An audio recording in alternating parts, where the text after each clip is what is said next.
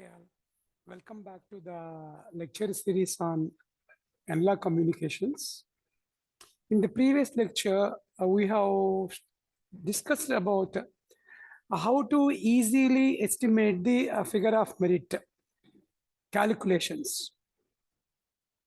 We have seen different steps in estimating the figure of merit, which is defined as the ratio of signal to noise ratio at the receiver output to signal to noise ratio at the channel output.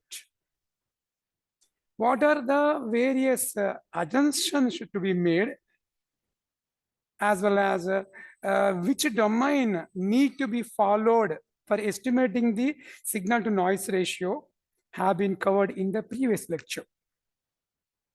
We have discussed that either in time domain or frequency domain, we can estimate the figure of merit. In this lecture, we are going to derive for figure of merit for double sideband suppressed carrier AM.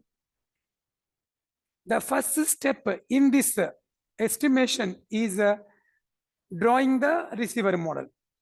Yeah, we have already seen the first and foremost step in the estimation of figure of merit is draw the receiver model. So let me just discuss briefly about that. This is the step number 1. And what are the fundamental blocks involved? As usual, additive noise along with the modulated signal. The noise assumed is W of t, and equivalent IF filter whose output is X of t, and then product modulator whose output is V of t, and finally Y of t, the output of the low pass filter. And the DSBSC demodulation is going to make use of coherent detection, we all know. That is why equivalent IF section or IF filter will be followed by a product modulator, a local oscillator, as well as a low pass filter. And generally in coherent detection, what we assume, the local oscillator is going to generate a carrier signal or a local signal which is same as the transmitted signal. That is why in the diagram shown, the local oscillator output is going to be represented as cos omega ct. So this is the step number 1. Now let us slowly go for another steps. Step number 2. What is step number 2? We have discussed earlier, estimate SI, that is input signal power. So before we estimate that, what is the input signal in DSBSC? Let me just mention that for DSBSC, input signal will be S of t equal to AC cos omega ct into M of t. That is message signal. M of t is message signal. S of t is the modulated signal. In such a case, the input signal power is given as 1 by 2 by integral 0 to 2 pi. Okay, I will square it. AC square cos square omega ct into M of t dt.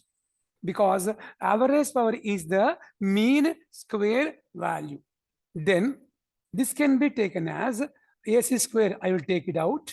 AC square into 1 by 2 pi integral 0 to 2 pi cos square theta. We know na, cos square theta equals to 1 plus cos 2 theta. So it will become 1 plus cos 2 omega ct by 2 into m square of t dt. Okay, so SI input signal power is given as like this. Further, we can represent as AC square by 2 into 1 by 2 pi integral 0 to 2 pi. There are two terms, no. First term is message component only, m square of t dt plus 1 by 2 pi 0 to 2 pi m square of t into cos 2 omega ct dt. It should be always remembered in the mind that integration of a sinusoid over a period will be equal to 0. This term will become 0 always. Why? Because when you integrate, for example, say integration of cos is sine 2 pi 0, sine 0, 0. So it is not required to evaluate the complete second integral. Indeed, we can stop at the first one itself, which can be represented as AC square by 2 into P. Then what is P? P is nothing but the average power of the message signal given as 1 by 2 pi 0 to 2 pi m square of t dt. Thus, the input signal power for double sideband suppressor carrier AM can be represented as AC square into P by 2. This is step number 1. Okay. So I can represent this as equation 1, for example, say. Then the second step in the evaluation process will be how to estimate the noise, input noise power. It was already known that the input noise power we are going to estimate in the message bandwidth. What is message bandwidth? Okay, minus W, 2W. What is the power spectral density? N0 by 2 into DF. This can be given as N0 by 2 being a constant minus W, 2W into 1 DF. This will be equal to N0 by 2 into 2W. So input noise power simply equals to W into N0. Once you have obtained the input signal power and the input noise power to the receiver, of course, which is nothing but the output of the channel. So a signal to noise ratio at the channel output can be represented as AC square P by 2W N0. I represent this as equation number 3 here. Once we have covered the input, then we go for the output estimations, output power estimations. In such a case, what we have to know, first of all, let you represent what is the output of the IF section. The output of the IF section is generally the modulated signal S of t plus narrow band noise N of t. What is narrow band noise N of t? From the fundamentals of your communication concepts, we know that any band pass signal can be represented in terms of its in-phase component and its quadrature component. That is, N of t equals to NC of t cos 2 pi fct minus NS of t sin 2 pi fct. What is NC of t? In-phase noise component. What is NS of t? Quadrature phase noise component. So the output of the IF section will be consisting of two components. One is a signal component, that is modulated signal. Second one is a noise component, N of t. W of t is the wideband noise. N of t is the narrow band noise in this case. Now, this is signal X of t. So this will be multiplied by the local carrier signal, and it is given to, it is represented as V of t. The output of the product modulator is equal to X of t into cos 2 pi fct. You can also call it as cos omega ct also. Then I can say AC cos 2 pi fct into M of t, the signal component, plus NC of t cos 2 pi fct minus NS of t sin 2 pi fct into cos 2 pi fct, the locally generated carrier signal. If I take out individual component here, so first one, AC into cos square 2 pi fct into M of t plus NC of t into cos square 2 pi fct minus ns of t into cos 2 pi fct into sin 2 pi fct. This is because in coherent detection, we multiply the incoming signal with a locally generated sinusoid. So let me simplify further. This will be equal to AC into m of t into cos square theta. This will be given as 1 plus cos 2 into 2. I mean to say cos 4 pi fct by 2 signal component. This will be followed by plus nc of t into 1 plus cos 4 pi fct by 2 minus ns of t by 2 into sin 4 pi fct. These are the three components.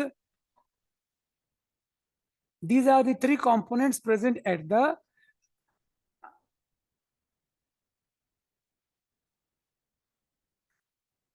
ns of t.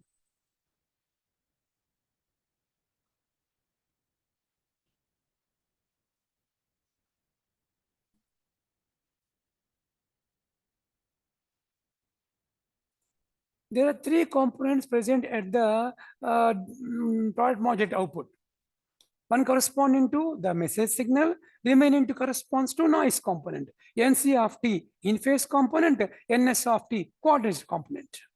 These components, after passing through a low pass filter, because a low pass filter passes low frequencies only after low pass filtering, simply the output will be given as AC into m of t by 2 plus nc of t by 2.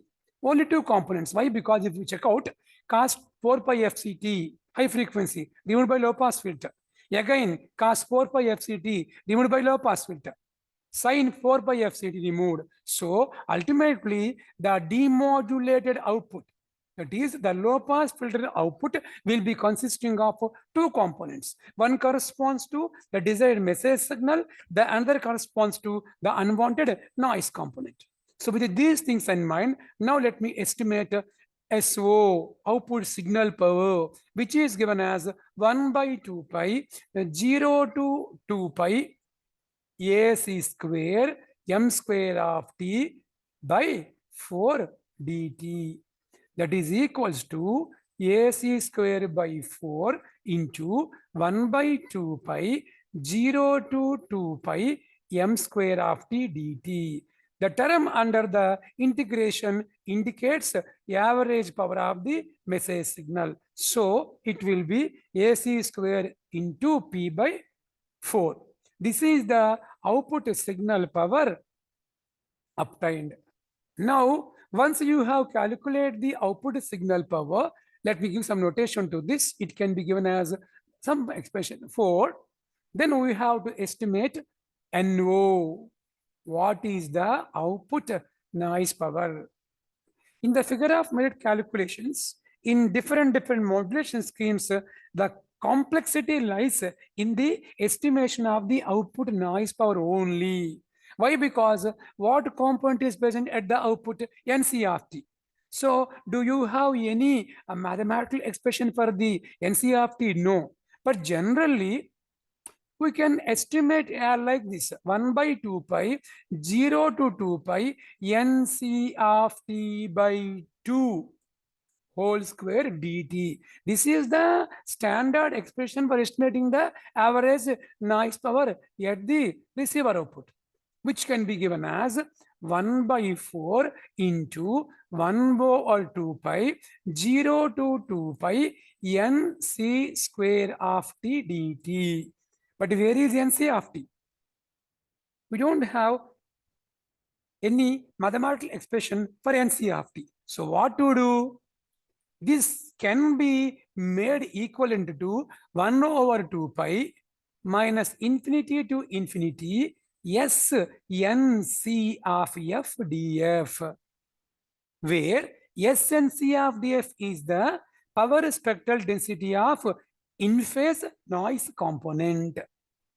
It means that as we cannot estimate the average noise power in time domain, we are estimating the same in the frequency domain. Before we express the same, let us know what are the spectral characteristics. Generally, the power spectral density of the narrow band noise in-phase component can be given by this expression. SNC of F equals to Sn of F minus Fc plus Sn of F plus Fc. Then immediately question may come, what is Sn of F?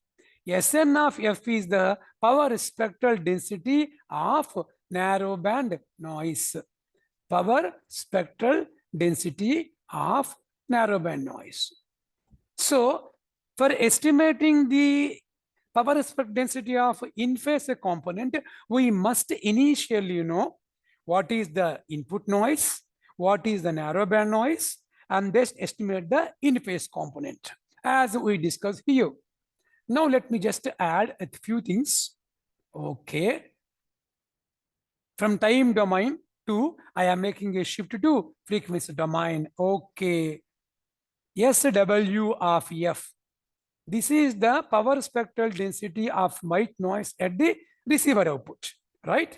Now, this is passed through a filter whose transfer function, of course, I consider magnitude only here, is given as, okay, this is Fc, this is Fc plus W, this is Fc minus W. Why? Because we are discussing about double sideband full suppressor carrier AM, no? So it is going to range from Fc minus W to Fc plus W. So this is the transfer function of power, transfer function of your IF section. Now, the narrow band noise, coming out of the IF section can be represented as Sn of F. To be frank, it is the power spectral density of the narrow band noise. So Fc plus W, Fc minus W. Okay. Similarly, minus Fc plus W minus Fc minus W.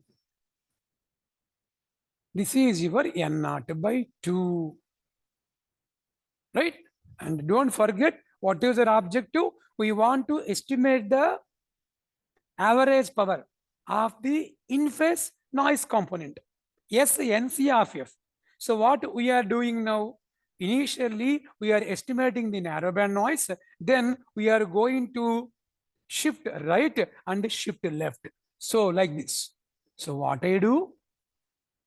Sn of F minus Fc. Okay. Sn of F minus Fc. What it means? We have to shift the narrowband noise component towards right by an amount Fc.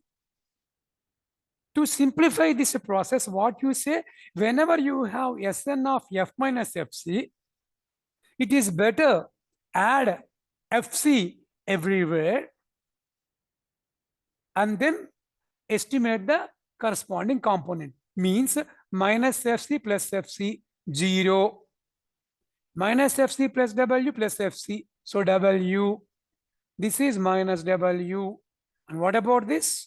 It will be shifted to 2Fc. Of course, high frequency component, no, this will be eliminated. And what is the magnitude? N0 by 2. Similarly, Sn of F plus Fc, shift the spectrum left side. that is subtract by an amount minus FC. So plus FC minus FC 0, same as the previous case. Okay. So minus W plus W, again N naught by 2. This is SNS of F. Again here, this will be 2FC minus. This is again removed by low pass filter. So what you want? We want SNC of F, that is power spectral density of the in-phase noise component. How it is obtained? It is obtained by F, adding. This is SNC of F. How it is obtained? It is obtained by adding Sn of F minus Fc, Sn of F plus Fc. Sorry, here this equation will be Sn of F plus Fc. So this will be SNC of F.